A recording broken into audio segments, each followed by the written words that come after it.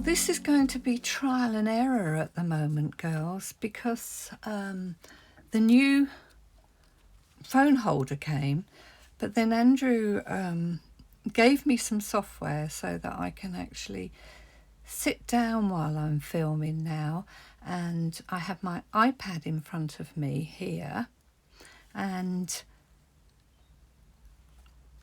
I'm trying to get my phone so that it's straight and it's in the middle, but I'm not having much luck at the moment. I'm seeing it quite, it's not straight, so I'm going to have to hold it straight or something. But anyway, while I'm testing it, I thought I'd bring in some cards that I made years ago, absolutely years ago. You can see them on my blog, all of them, but this is what I used to do. This is all my messy and inky days, and I really love it, and I still love doing things like that. But it was just lots of cards to begin with that I mainly did. So I thought I'd just come in and show you a selection of them. This is another one that I made.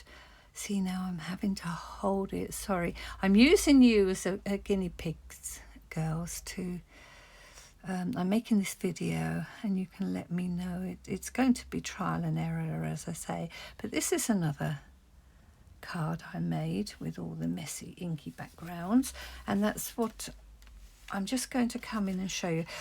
The lighting's not very good on it as well, and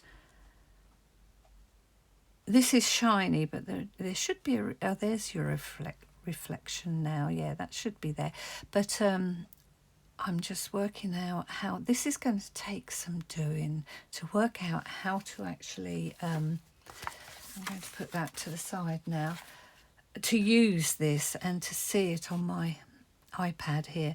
But I thought it would be interesting to show you all these cards.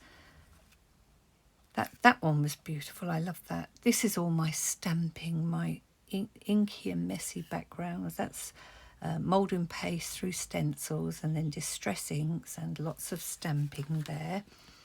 And this one here again, lots of the background very messy, and Tim Holtz, definitely. I adore Tim Holtz. Don't do so much now, but I'm getting back into it all. And this is collaging. That's what I've always loved, collaging. So that's what most of these cards are, matting and layering, and just trying to work out how the composition goes so it looks pleasing to the eye. And this one's quite 3D, as was the other one, but most of them are all flat. There's a die cut there, so you've got a bit of texture there, and this is moulding paste through a stencil there, but the rest of the background is stamping, stamping, stamping, and then inking. I do love that. Now this one was alcohol inks and stamping, and lots of white space in the background there to give it more interest as well. Now this one, I love this, and I just put a cogwheel over her eye, and lots of I sprinkled on the diamond, can't remember what it was called. It's the Tim Holtz one, and it's the like glitter, but it's a diamond, whatever, I really can't remember, but she's got a nice shiny eye. And this one, and what I used to do classes, and I did lots of design team work, so I used to just put it on. I didn't put it onto a card, I just left it. But this is all stampy and inky again. This one wasn't put onto a card either. This one was left, and lots of stenciling, stamping, inking. And then I fussy cut this out and put the how far you'll fly over his body. This one I loved. It's such a quirky one, and I do love quirky. This is a stencil, and these are stamps, and then I coloured in, I stamped and then I coloured in all the little squares afterwards, but I left him plain. I think I sent one of these cards to my grandson like this years ago. Goofy, and not that he's goofy actually, but I love that. And then another one here. I won't go through and say stamping, stenciling. You get the gist of how they all were. But this one is quite flat actually. There's nothing. I can feel something there, but I can't. Oh, it's the moulding paste at the top. That's what I'm getting. Now this one again was one of my favourites as well. Great art often begins as creative chaos. Now, it's always been creative chaos for me, but lots of details afterwards. I would do the moulding paste, and then I'd do the inking, whatever. But then afterwards I'd go over with like ghosting. So I did the first generation stamp as black, and then I'd clean it all off and come back and do the next generation over it in white, the stamping. So lots of layering up going with that one. Again with this one as well. Lots of, and then afterwards, no, this one, because I can see with it shiny, that one, the background was alcohol inks, definitely. So, and then going over afterwards with paint and stencils, and this one here you can see is just die cutting, bit of paper on the background there, die cutting here, and then just layering up. And then the bird was actually, I coloured it and then put the glossy accents over the top of it there. Oh, this one I loved. This one was lots of colouring. And I know what I did with this one. I coloured this one with, not Pan's Pastels. It was the other, can't remember. So anyway, but then it wipes off quite easily, so you've got to take care. So then I sprayed this one with hairspray to keep the colour fast.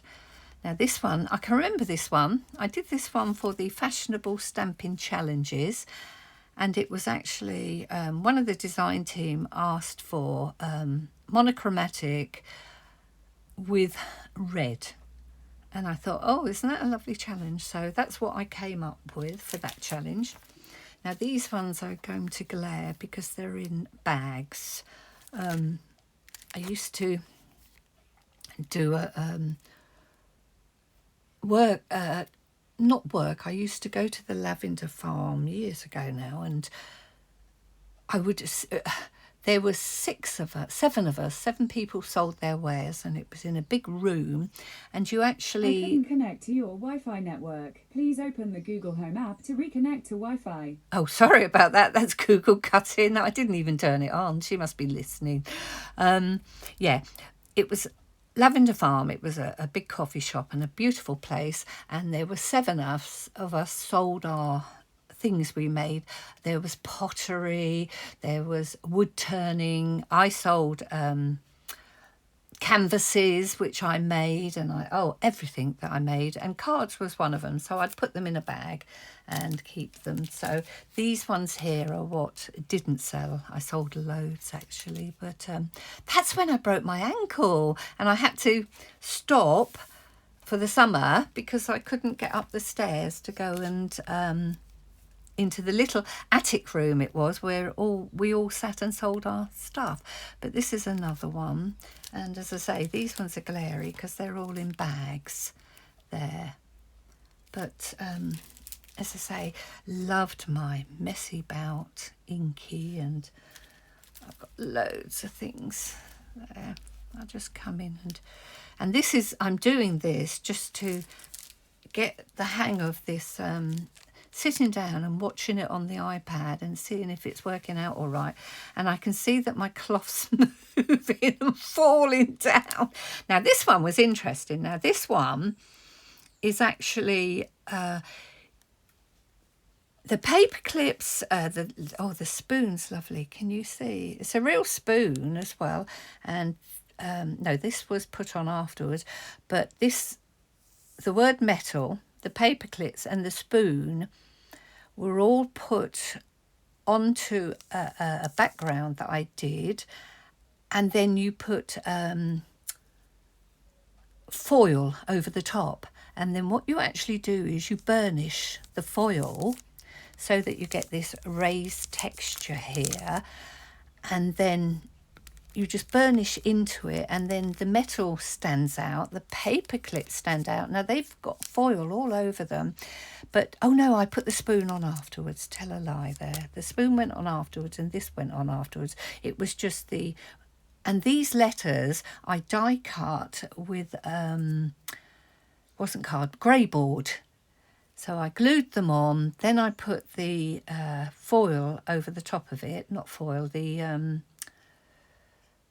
metallic stuff you use for your cooking. Isn't it awful when you forget names of things? But anyway, when I burnished it all and did that, then I went over with alcohol ink, and that's how you got that lovely background. And then I put the spoon on, which is gorgeous, and then I die cut the circle, stamped the image on there, and then I put glossy accents, and that one was gorgeous. Loved that.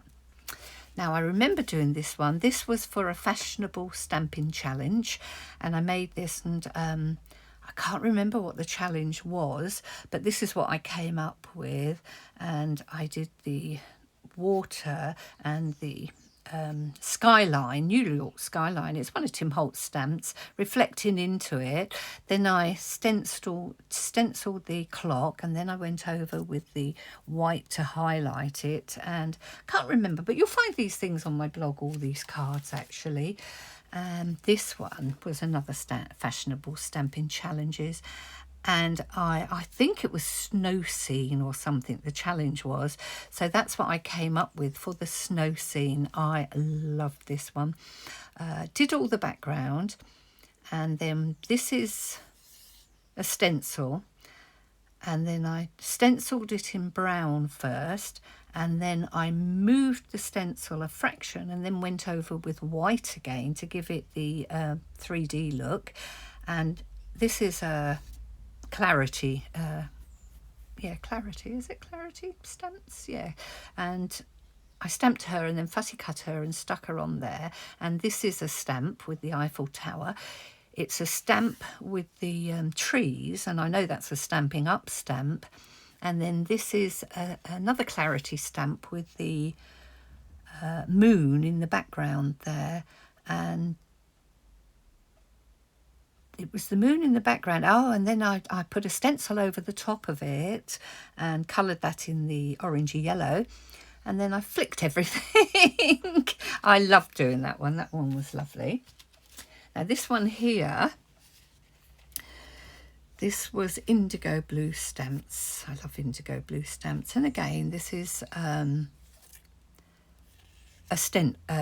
die cut. So I die cut that wall out and put it on there. This is a die cut here as well.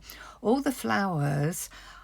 With my backgrounds, I always, which everybody does, when you use your brayer, you brayer off onto a piece of paper.